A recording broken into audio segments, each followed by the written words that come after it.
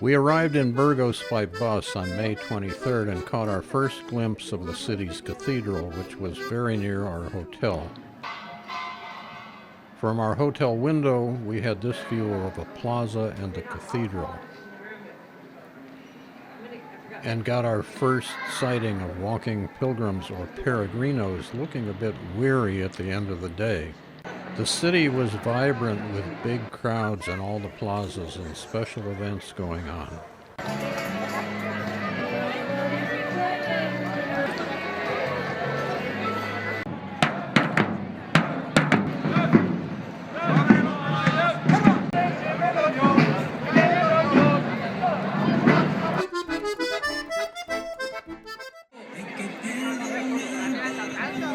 Some of our group watched a wedding while waiting for the rest to arrive from other parts of Spain.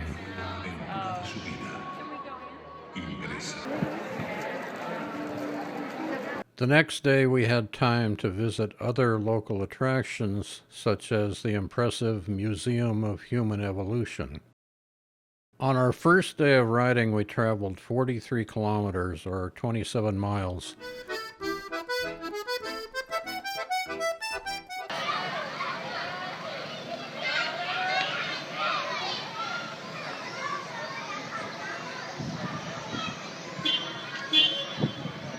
As we would discover, much of the riding, if not in the countryside, was through sleepy villages that looked all but deserted except for the occasional Camino walker or biker. This is the village of Hornillos del Camino, where we got a quick lunch at the local Camino-oriented Alimentación before saddling up for the afternoon's ride through rolling farmland to Castro Jerez. There go Hal and Becca, who were generally out front blazing the trail. In the afternoon, after climbing a few hills where I had my first and only fall into a briar patch, we had a pleasant downhill stretch through a lovely valley with an old monastery, rolling farmlands, and a tree-lined country road with little traffic except for us and some peregrinos. Our destination lay below a hill with a castle on top.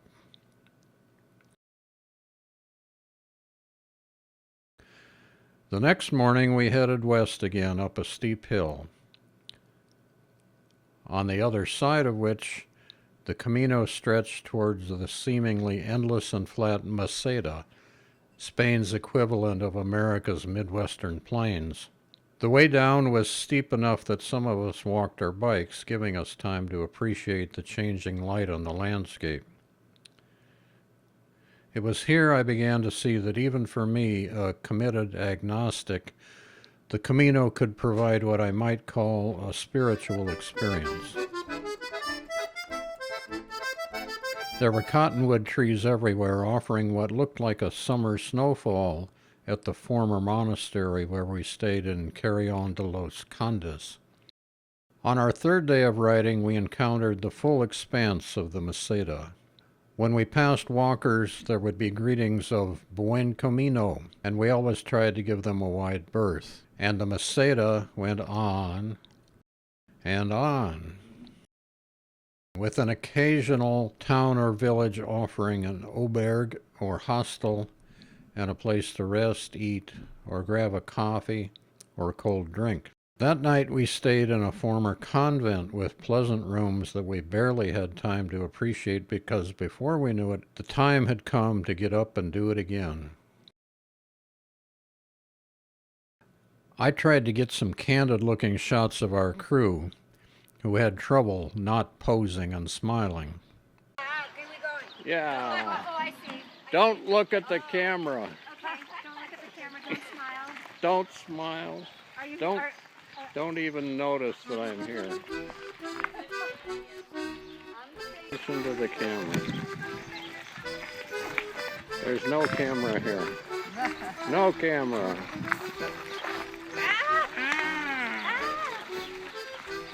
After 4 days, during which we rode over 120 miles, we had a welcome day off in the beautiful city of León, which features an impressive cathedral and an early restrained example of the work of Antonio Gaudí, who later designed some of the more fantastical buildings in Spain.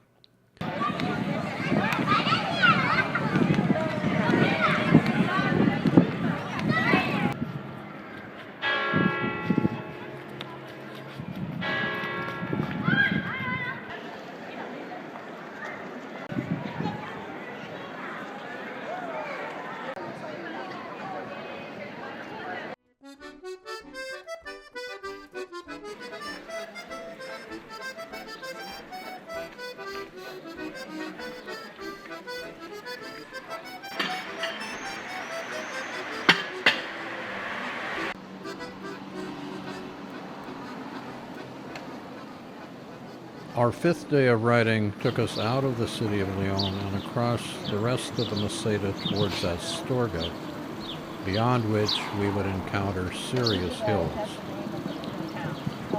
We crossed the long, multi-arch old Orbigo bridge and heard the legend of a knight who felt himself enslaved by love to a woman who did not return his affections. He strove to break the enslavement, symbolized by a heavy iron ring around his neck, by jousting with other knights from around Europe.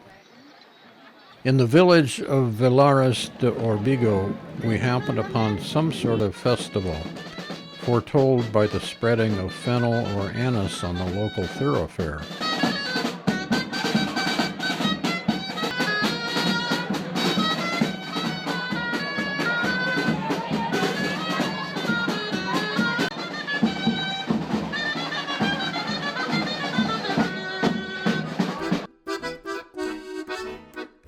We later took a break where this man and a woman who had made a film about him offered free refreshments and rest to weary pilgrims. According to the woman who made the film, the man had given up his profession and had been running this oasis for the past 7 years.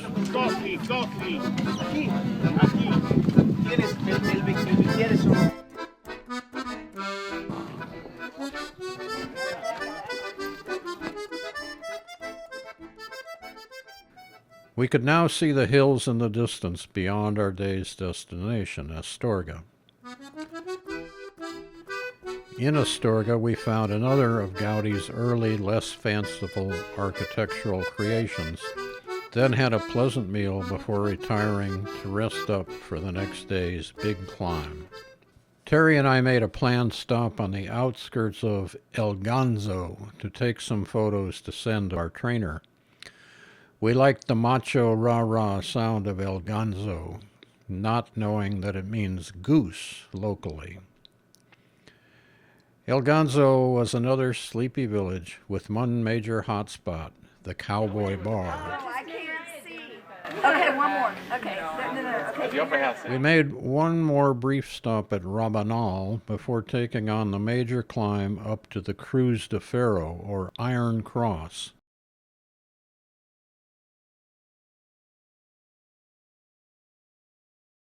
This is the highest elevation of the Camino and the place where many pilgrims leave rocks and other mementos. Terry placed a piece of polished amethyst that Cassius, our grandson, had given her to bring to the spot. Then we saddled up to savor the 14-kilometer downhill coast to today's destination, Molina Seca.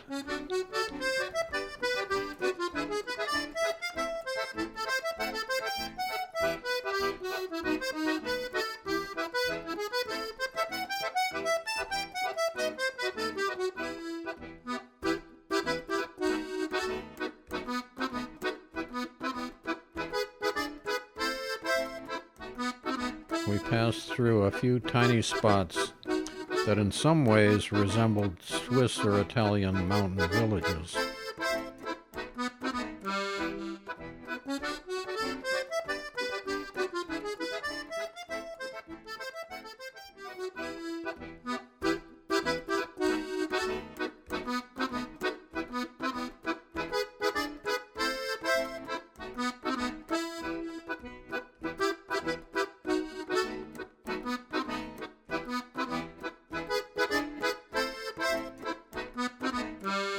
Day 7 was our shortest, about 30 kilometers, giving us a chance to rest up before another major climb the following day. We went through the large city of Ponferrada and saw the imposing 12th century Castillo de los Templarios.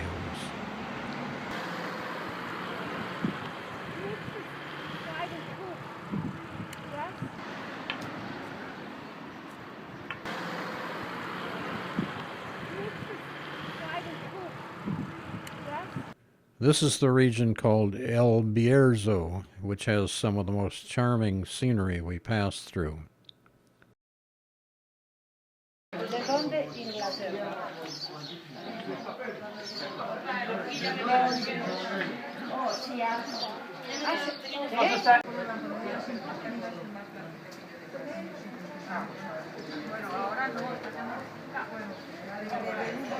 Day 8 brought another major hill climb. Before the big climb, we went through a pleasant river valley with views of the spectacular German-built freeway and local businesses that sometimes reminded us of home. Here's a view from near the top, back the way we'd come. In the far distance, you can see the valley of El Bierzo, and beyond it, the mountains we rode over 2 days ago. Near the top, we stopped for lunch at one of the older buildings on the Camino. Then we biked on a bit more, climbing to a statue of a wind-blown pilgrim at today's highest point, Alto do Pollo, or Chicken Heights, as we call it. Then another long downhill until we finally arrived at Samos after a 60-kilometer day. On day 9, we went through the town of Sarria, which presented unique navigational and topographic challenges, until we finally got through town and found some of the roughest riding we'd experienced, what our guide Anna would call more technical, calling for some advanced uphill technique. Here we faced a familiar choice between the paved road to the left and the actual unpaved Camino to the right. The question was, would the road take us downhill and necessitate another climb? We didn't know. So we chose the Camino, and eventually got back to the road. One way to confirm we were on the right track was to find pilgrims walking, getting close to Porto Marin.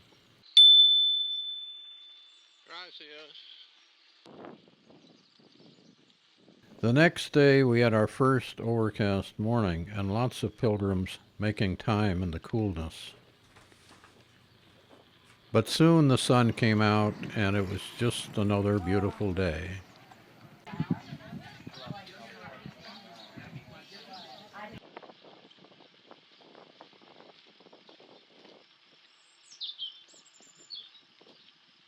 Then, after spending the night in Arzua, we rode the final 30 kilometers to Santiago. And we arrived at our quiet hotel street. Oh man, it's a madhouse here. Just as the local school kids were getting out.